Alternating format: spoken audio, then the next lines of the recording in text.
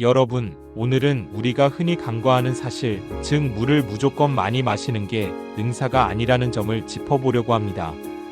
흔히들 물은 보약이라고 하지만 모든 것이 그렇듯 과유불급이라는 말이 있죠. 물도 지나치게 많이 마시면 오히려 건강에 해로운 결과를 초래할 수 있다는 사실 알고 계셨나요? 특히 주의해야 할 점은 바로 전하트륨혈증입니다. 아마 처음 들어보시는 분들도 계실 텐데요. 이는 혈액 속 나트륨 농도가 정상 범위보다 낮아지는 상태를 의미합니다. 나트륨은 우리 몸의 수분 균형을 조절하는 데 매우 중요한 역할을 담당하는 전해질인데, 물을 과도하게 섭취하면 혈액 속 나트륨이 희석되면서 이 균형이 깨지게 되는 것이죠. 그렇다면 전하트륨혈증이 발생하면 어떤 증상들이 나타날까요? 초기에는 두통, 메스꺼움, 구토와 같은 비교적 가벼운 증상들이 나타날 수 있습니다. 하지만 상태가 악화되면 근육 경련, 심한 경우 발작이나 의식, 불명과 같은 심각한 상황까지 초래될 수 있습니다. 심지어 뇌가 붓는 뇌부종으로 인해 생명까지 위협받을 수도 있다는 사실, 정말 간과해서는 안 되겠죠? 특히 평소 몸이 허약하거나 저체중인 분들, 신장질환, 심장질환, 간질환과 같은 기저질환을 앓고 계신 분들은 물을 과도하게 섭취하지 않도록 각별히 주의해야 합니다. 갑상선 기능 저하증이나 부신 기능 저하증 환자분들 역시 전하트륨혈증 발생 위험이 높으므로 주의가 필요합니다.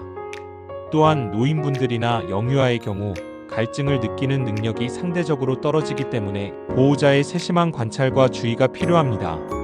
그렇다면 하루에 어느 정도의 물을 마시는 것이 적당할까요? 일반적으로 건강한 성인의 경우 하루 1.5리터에서 2리터 정도의 물을 섭취하는 것이 적절하다고 알려져 있습니다. 하지만 이는 평균적인 권장량일 뿐, 개인의 활동량, 기온, 건강 상태 등에 따라 필요한 물의 양은 달라질 수 있습니다.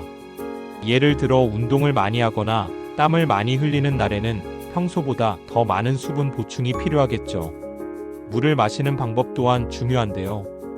한 번에 많은 양의 물을 벌컥벌컥 마시는 것보다는 갈증을 느낄 때마다 조금씩 자주 마시는 것이 우리 몸에 더 좋습니다. 특히 운동 중에는 맹물만 마시는 것보다 이온 음료를 함께 섭취하여 땀으로 손실되는 나트륨을 보충해주는 것이 전하트륨혈증 예방에 도움이 됩니다. 땀을 많이 흘렸을 때는 물 대신 이온 음료나 약간의 소금을 섭취하는 것도 좋은 방법입니다. 만약 물을 너무 많이 마신 후 몸에 이상 증세가 나타난다면 즉시 물 섭취를 중단하고 편안하게 휴식을 취하도록 하세요. 전해질 음료를 마셔 전해질 불균형을 해소하는 것도 도움이 될 수 있습니다.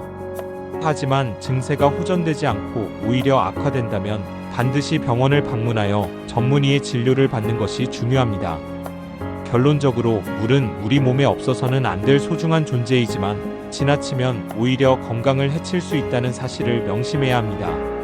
적절한 물 섭취 습관을 통해 건강하고 활기찬 삶을 누리시기를 바랍니다. 오늘 영상이 유익하셨다면 구독과 좋아요, 그리고 알림 설정까지 잊지 마세요. 다음 영상에서 더욱 흥미로운 정보로 다시 찾아뵙겠습니다.